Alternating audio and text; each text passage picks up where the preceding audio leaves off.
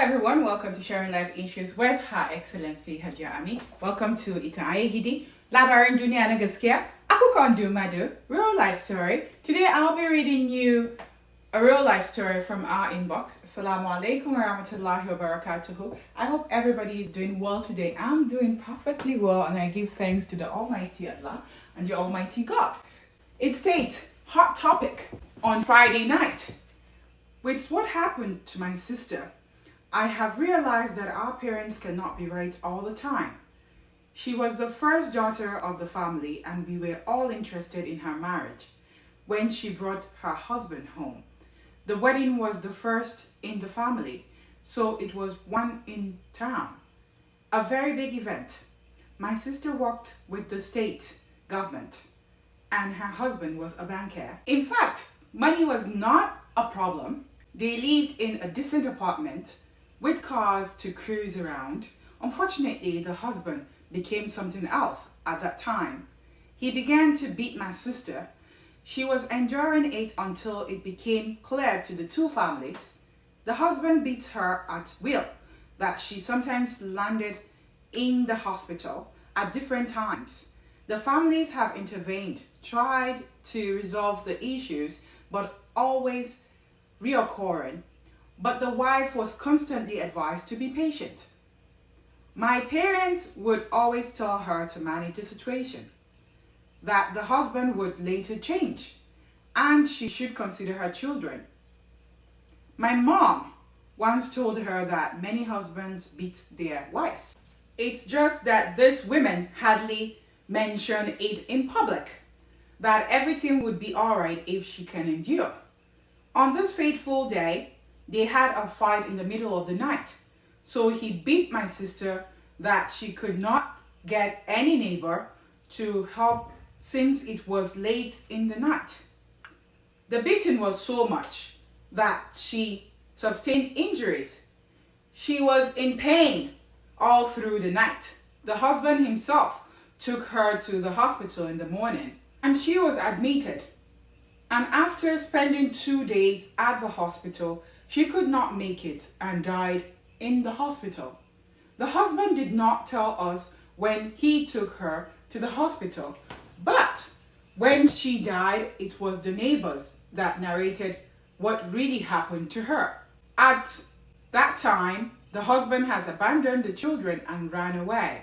We reported at the police station and took all evidence related to the death of my sister.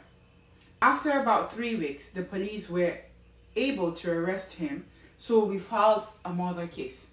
Allah bow, shanu wow. Allah dinga tamakomo. Chineke, help us because things are getting out of hand. This was the feedback from our platform at Sharing Life Issues with Her Excellency Hajiya Ami. Marceline Edika Lauren stated, "Too bad, men, please see your wives as your sister. What you would not like others to do to her, don't do it to your wife." Absolutely. Fatia Adebisi Adiremi stated, "It's sad. May God forgive her shortcomings and take care of her children. Please, women, ladies, leave abusive marriage.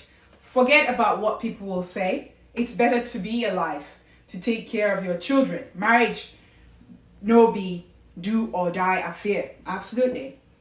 Ellie Joyous Agada stated, "Parents forcing their daughters to go back to an abusive husband are also wicked. Your child is a treasure. You should not let the word of people make you lose them." Ellie Joyous Agada stated, "Parents forcing their children, daughters, to go back to an abusive husband are also wicked. Your child is a treasure. You should not let the words of people make you lose them. Honestly, it's pathetic." Absolutely. Oluwapelumi Rafiat Omolara stated, "Parents don't have understanding that it's better you welcome your daughter back home from a failed marriage than bringing her corpse home. A violent man does not change. Even a violent woman does not change. Both violent and a cheater don't change. As for me, marriage is not my thing. I live to live." Ellie Joyous Agada stated again, "I know of a bishop whose only daughter was raped by his driver with time the daughter became pregnant because of the rape incident. Instead of reporting the issue to the police, he made sure his daughter ended up marrying the driver because of reputations as a well-known and highly respected bishop. He gave them a house, car, and got the driver another job since he's now married to his daughter. After the wedding, the lowlife maltreated this girl, beat her with the pregnancy. Every night he goes out to bring prostitutes of different shapes and sizes to enjoy in their house. The girl went home to inform her parents of what was going on in their home. Instead, her father, the bishop, blamed her by bringing the whole problem upon herself. He later called the daughter's husband to come and pick back home. She was due for delivery. The husband maltreated her over and over again. When she was in labor, her husband beat her up and locked her in the house and went out. She was in so much pain that it took their neighbors to intervene and broke the kitchen door to take her out of the house to the hospital. But the baby died after delivery. They sent for her mom and dad, but her father, the bishop, still blamed her for letting herself to be raped. After the neighbors narrate all that happened to their daughter, her father was still bent on her going back to her husband's house, all because of what people will say, trying to keep his reputation. After 2 days, she was discharged from the hospital, not knowing what to do or where to go, because her father gave her a stern warning not to return to his house.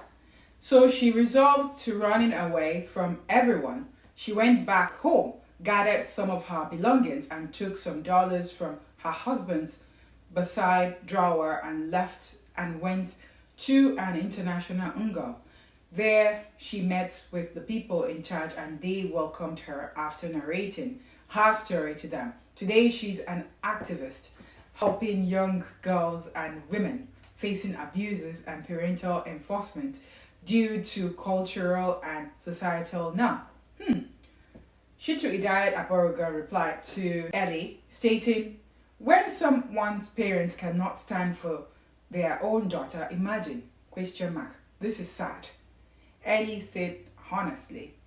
Oluwa Pelumi Rafiat Omolara stated, my parents can't even force me to stay in an abusive marriage. Make your papa be Dangote, won't stay. As far that my happiness is being denied, won't stay never. Fatima Yakub stated, they should hold the family responsible. They killed the lady because if they had listened to her and not sent her back to that mother, this wouldn't have happened. And she put an angry face on it. Absolutely. Shitu Idayat Aboroga said, say no to domestic violence. Adebita Ismail Adidoye stated, most people have forgotten that things have changed. It is in the past that people change after some times. But today, hardly do we see those changes. The best option should always be to allow the couple to go on their separate ways. Once the violence is constant, it's those that are alive that would be able to tell the story. Absolutely.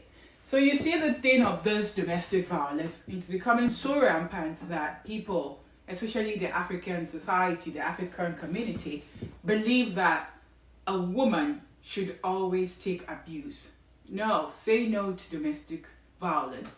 Because at the end of the day, whether you leave or not, people will still talk. And I believe it's the fear of what people will say that makes people stay in there and die. And because we have a lot of our African society that always believe that the perpetrator should be protected and the victim is shamed or blamed. Say no to domestic violence. Let them laugh at you. Let them blame you. Wish them well and let it go. Many women have been told to stay in abusive relationship because of what would people say, because of their children. At the end of the day, the perpetrator never changes. I would tell you today, stay away from abusers because they never change. Again, sometimes our African community believe abuse is only physical. Abuse can come in the form of spiritual abuse, financial abuse, physical abuse, psychological abuse. You name it, we have a lot of abuse going on out there. Once you start seeing things like that, you've tried your best, you need to get out. Our brother Adegbite Ismail stated, it's only the person that is alive that can tell their story. Would you want another person to tell your story, or would you be okay to have yourself telling your story and don't give a fuck what people will say? Because at the end of the day, they would always talk. So what I stated was, the people who have no job to do would always gossip. The people who will criticize you will always criticize you. But at the end of the day, is anybody paying your bills? No. The last time I checked, you are paying your bills. So do not care about what they say. Make sure you're safe. Because at the end of the day, they would still blame you for not leaving when you die. They will say, oh, she killed herself. Oh, now the children have no mother. But the same people were the ones saying you could not keep your marriage. So at the end of the day, it's about you. Do not forget to subscribe to our YouTube channel and give us a thumbs up. It's the red button, so do not forget to click on it.